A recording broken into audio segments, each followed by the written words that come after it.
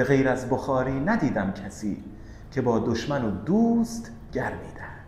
انواع رادیوهایی که در حقیقت با نفت کار میکرد، انواع رادیوهایی که بعدها بله فکر کن نفت بریزی توش صدا بده. چه جالب. خیلی جالب هست. در حقیقت مکانی بوده که کریم خان زند در اونجا با خود سنگ تراشا می نشسته، شیره انگور رو تلیت میکرد و با اینها در حقیقت نوش جان میکرد.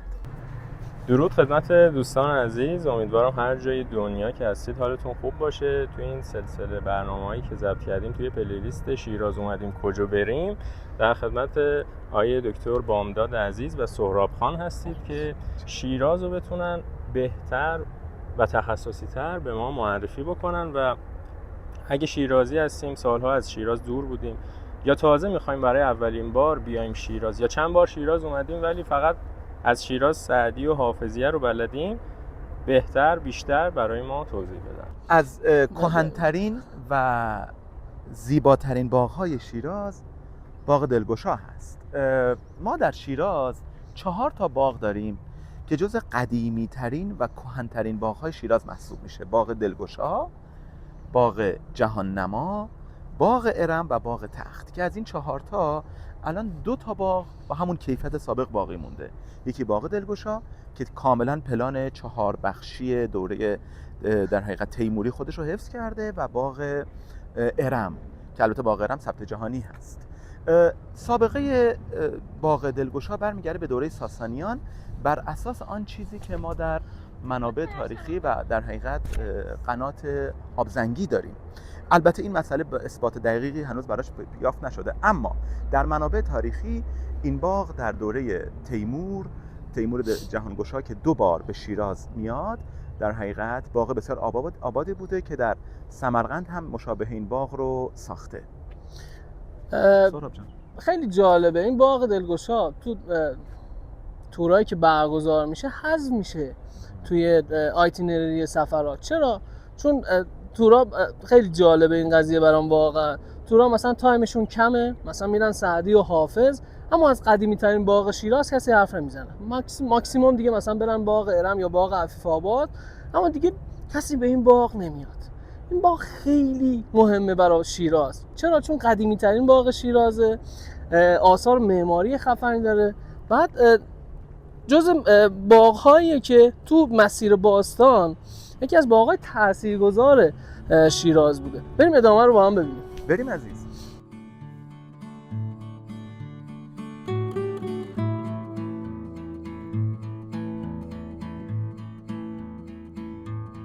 در باغ ایرانی 4 تا شرط اصلی وجود داره که این 4 تا شرط باغ رو از پارک متمایز میکنه. شرط اول آب هست، محور آب، که در حقیقت باغ به وسیله آب زنده میشه.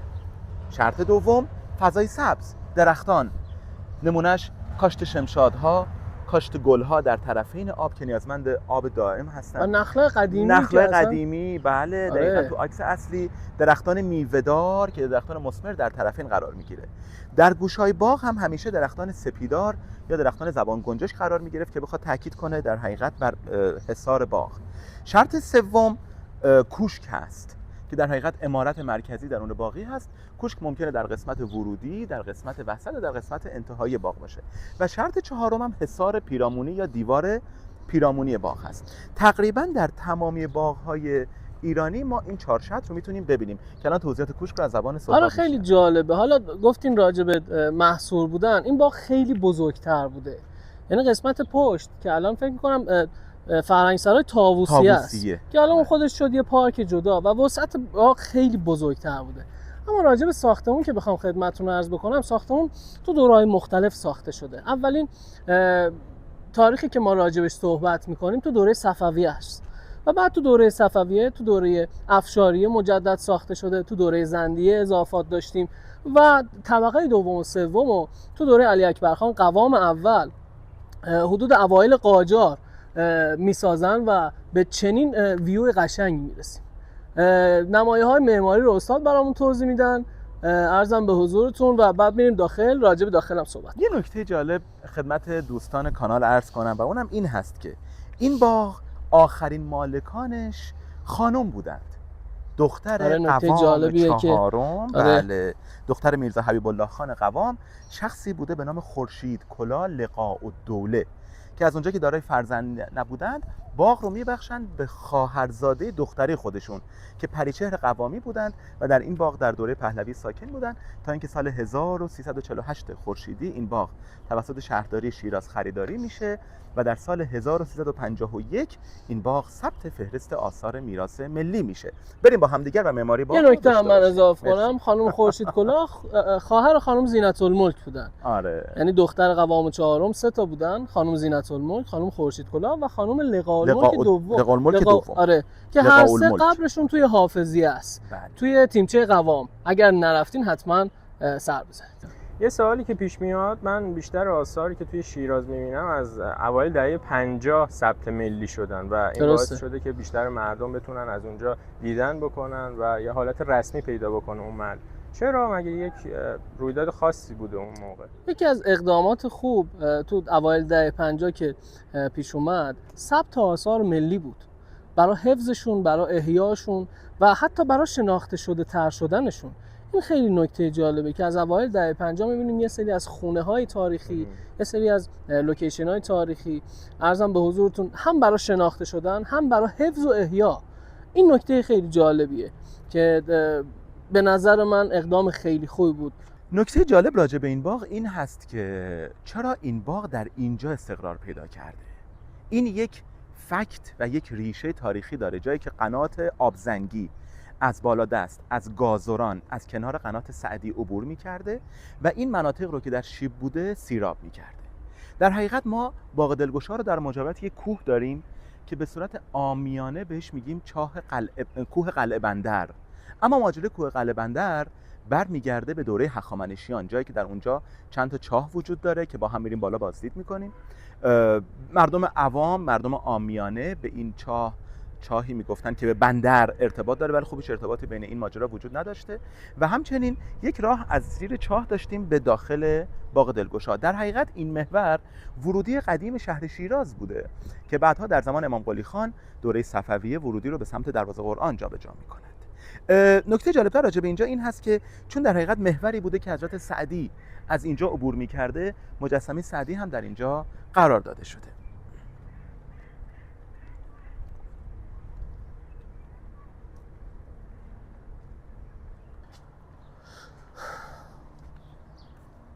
یه نکته جالب راجع به باغ دلگشا بهتون بگم، مردم شیراز صبح، مخصوصا صبحای زود، میان تو باغ دلگشا برای پیاده روی. بعد بعضی از پیرمردا هستن میان اینجا برای خودشون آواز میخونن، بعضی صبحگاهی میکنن. اینجا قدیمی ترین باغ شیراز، پیرمردا شیراز هم اینجا پاتوقشون شده و خیلی نکته جالبیه. 2 تا ماشین هم اینجا میبینی، یه درشکه و یه ماشین، اگر دقت کنید واقعا جالبه. یعنی از چیزی که من مثلا جای مختلف دیدم چنین چیزی رو ساختن خیلی جالبه. پشت عمارت هستیم و حالا میریم داخل، راجع به معماریش دکتر صحبت میکنن و موزه رادیو و موزه سکه‌ای که اینجاست واقعا بی‌نظیر.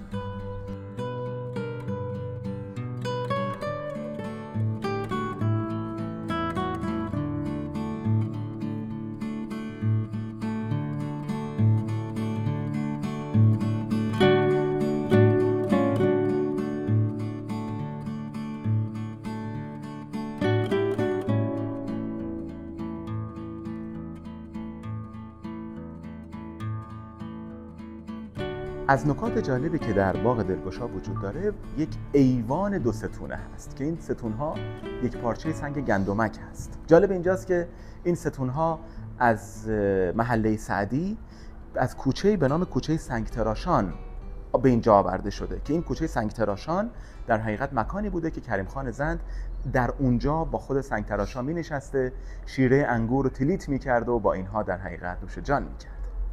در این ایوان ما 5 تا در اصلی داریم، 1 2 3 4 و 5 که در دوره قاجاریه 5 قوام الملک، یعنی علی اکبر خان قوام الملک اول، علی محمد قوام الملک دوم، محمد رضا خان قوام الملک سوم، میرزا حبیب الله خان قوام الملک چهارم و میرزا ابراهیم خان قوام الملک پنجم یا میرزا ابراهیم خان ثانی عکس هاشون بر فراز این درب ها وجود داشته.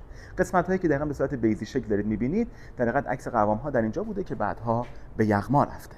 اما دقیقاً این ماجرایی که خدمتتون گفتم رو به صورت کتیبه شعر به خط نستعلیق در بالا داریم میبینیم که در قسمت بالا دو تا مصرع آخر باز هم گفتا فصیحاً در زمان تاریخ دیگر ببخشید دلگشا را دلگشادان از قوام الملک پنجم. تو اون پنجم در اونجا حذف شده به دلیلی که دقیقاً بعدها این باغ در حقیقت افراد دیگری در اونجا ساکن بودن که یکی از زیباترین خوشنویسی ها در اینجا انجام شده و نام قوام ها رو در بالا کامل ذکر میکنه.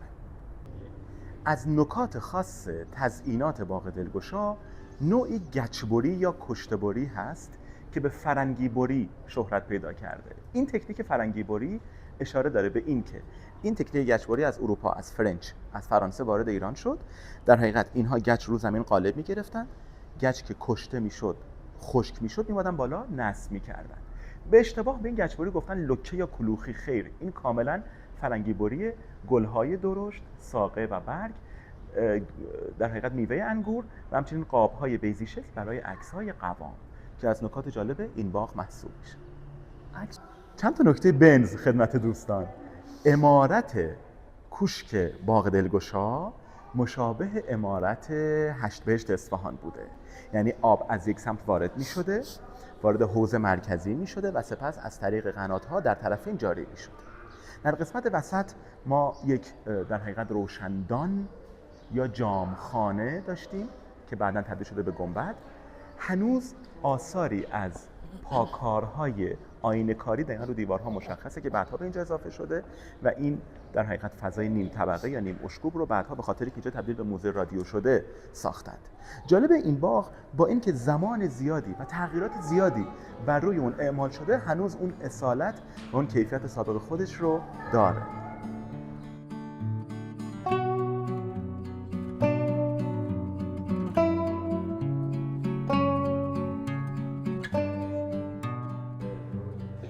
سالم‌ترین اتاق باقی مانده در عمارت باغ دلگشا اتاقی هست که به تالار آینه شهرت پیدا کرده. بیاید با هم دیگه بریم ببینیم این تالار به چه صورت هست.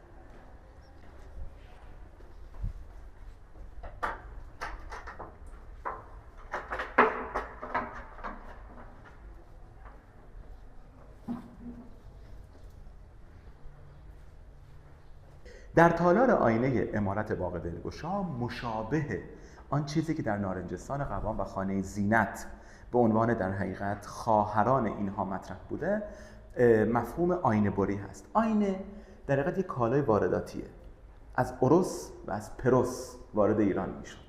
این آینه در حین راه میشکست، راه طولانی بود، به این خاطر معماران میومدن آینه ها رو به صورت قطعات کوچک داخل گچ زنده کار میکردند. پس عملاً سنت آینه کاری یکی از زیباترین سنت های دوره قاجار محسوب میشه که بعد از آینه ها به صورت کامل بعضیا به صورت خرد شده کار میشده. این اتاق نکته جالبش اینجاست که در حقیقت اتاق تابستان نشینه، اما در زمستان ها که هوا سرد میشده چی کار میکردن؟ یک فضا داشتیم به نام بخاری که به اشتباه به فرنگی بهش میگیم شومینه. اینها کاملا بخاری هست و برای گرم کردن بوده یک منقل اینجا میذاشتن و در حقیقت اینجا رو کامل گرم میکردن. معمولا در قسمت‌های پایین بخاری ها اشعار بسیار زیبایی رو می‌نوشتن که اینجا البته عوض شده. به عنوان مثال یکی از شعرها این بوده: به غیر از بخاری ندیدم کسی که با دشمن و دوست گرمی دهد. شیراز در 4 دوره پایتخت ایران میشه و دقیقاً شهری که پایتخت بوده در اون زرابخانه محل ضرب سکه داشتیم. در این قفسه سکه های ضرب شیراز می‌بینیم از دوره آل بویه القادر بالله، دوره در حقیقت عباسیان عمادالدین با ظهور القادر بالله، قوام و دوله دوره آل بویه، دوره سلغوریان فارس که سلطان سنجر ضرب شیراز ما داریم، همچنین دوره سلجوقیان دقیقاً باز دوباره دوره بایسرغور، دوره اتابکان، دوره ابش بنت سعد باز همینجور. در قسمت پایین ارغونشاه دوره ایلخانیان ما دوباره ضرب شیراز داریم، خیلی جالب هست. و همچنین در قسمت‌های پایین که در حقیقت دوره زندیه کریم خان زند، شیراز در حقیقت پایتخت میشه. البته ما نمیتونیم فقط بگیم شهری که پایتخت بوده دقیقاً دارای ضرب سکه هست، بلکه ممکنه دقیقاً یک شهر به دلیل حاکم نشین بودنش در حقیقت زرابخانه هم داشته. به عنوان مثال شیراز در دوران‌های تاریخی به دارالعلم یا شهر علم معروف است و به همین دلیل در روی بسیاری از سکه‌های شیرازی در حقیقت ضرب دارالعلم شیراز رو می‌بینید. یکی از نکته‌های جالب این موزه اینه که شما پول‌های قدیمی و سکه‌های قدیمی رو می‌بینید. این خیلی نکته جالبیه. نگاه بکنید، سکه‌هایی که از دوره‌های باستان و بعد دوره‌های اسلامی اینجا استفاده شده. می‌بینید دوره صفویان، دوره افشاریان و پول‌های قدیمی. پول به صورت کاغذی تو دوره‌های بعد اضافه میشه. اگر دقت کنید تو دوره پهلوی، قاجار می‌بینین که عکس شاه‌های مختلفو زدن و بعد تغییر این که سکه تبدیل به پول شده خیلی جالبه. و یه نکته دیگه، دور تا دور ما نقشه دوره‌های تاریخی ایران رو می‌بینیم. از هخامنشیان شروع میشه تا میاد به دوره‌های بعدی و بعد آخرینش مربوط به دوره صفویان و افشاریان و قاجار. سهراب جان، رادیو یکی از دلنشین‌ترین و محبوب‌ترین کالاهای ایرانیان بود. جایی که افراد به راحتی از اخبار اطلاع پیدا نمی‌کردند، رادیو بود که به کمک ما در زمان بحران‌های جنگ‌های جهانی، در زمانی که دقیقاً انقلابات در دیگر کشورها رخ میداد میومد. رادیوها همونطور که می‌بینید در حقیقت مظاهر تکنولوژی وارداتی بودند. برخی ابداع رادیو رو به نیکولا تسلا نسبت میدن، در حالی که خیلی اعتقاد دارن که مارکونی در حقیقت مخترع ایتالیایی حدود 120 سال پیش رادیو رو ابداع میکنه و به این خاطر مارکونی نامش در طول تاریخ ماندگار میشه که میتونه امواج رادیویی رو در طول اقیانوس اطلس انتقال بده. رادیو هنوز که هنوزه بخش ناگزیر و ناگسستنی در حقیقت فرهنگ ما ایرانیان هست. انواع رادیوهایی که در حقیقت با نفت کار میکرد، انواع رادیوهایی که بعدها بله فکر کن نفت بریزی توش صدا بده، جالب. خیلی جالب هست. انواع رادیوهایی که بعدها با برق کار میکرد و خود رادیو، دیزاینش، طراحیش، چوبش، این در حقیقت اکسسوری، حالا این چیزی که دقیقاً برای در حقیقت روشن خاموش کردنش هست، واقعاً برای ما ایرانیان هنوز حس نوستالژی و حس همون در حقیقت قدیمی بودن. آره، یه چیز جالب، هر کدوم از اینا رو که می‌بینی انگار یکی از مدل‌های آیفون اومده، مثلا آیفون 16، آیفون 15، الان 17 پرو مکس. واقعاً تکنولوژی که اون موقع وارد شده دقیقاً شاید میتونیم بگیم همتراز همون آیفون‌های جدیدیه یا گوشی‌های جدیدی یا تکنولوژی‌های جدیدی که هر روز وارد میشه. در ادامه صحبت سهراب جان با آیفون مقایسه کردن، استیو جابز فقید که در حقیقت کارخانه اپل رو ما به نام ایشون میشناسیم، یک جمله جالب میگه و میگه مارکونی ریشه تمامی ما موبایل هاست.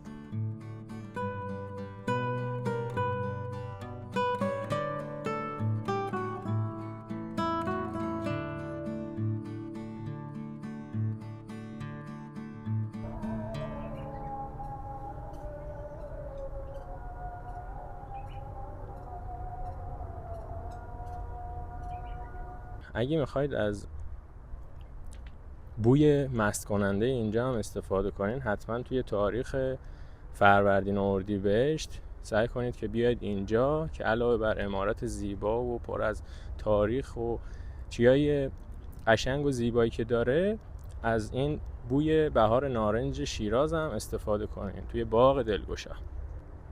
سهراب جان، اینجا که من همیشه میام یاد شعری از حضرت حافظ میافتم. صبح دم مرغ چمن با گل نوخاسته گفت، ناز کم کن که در این باغ بسی چون تو شکفت. گل بخندید که از راست نرنجیم، ولی هیچ عاشق سخن سخت به معشوق نکن. ممنون از شما. مرسی عزیزم، ممنون از شما. در پناه خدا، زنده باشید. مرسی.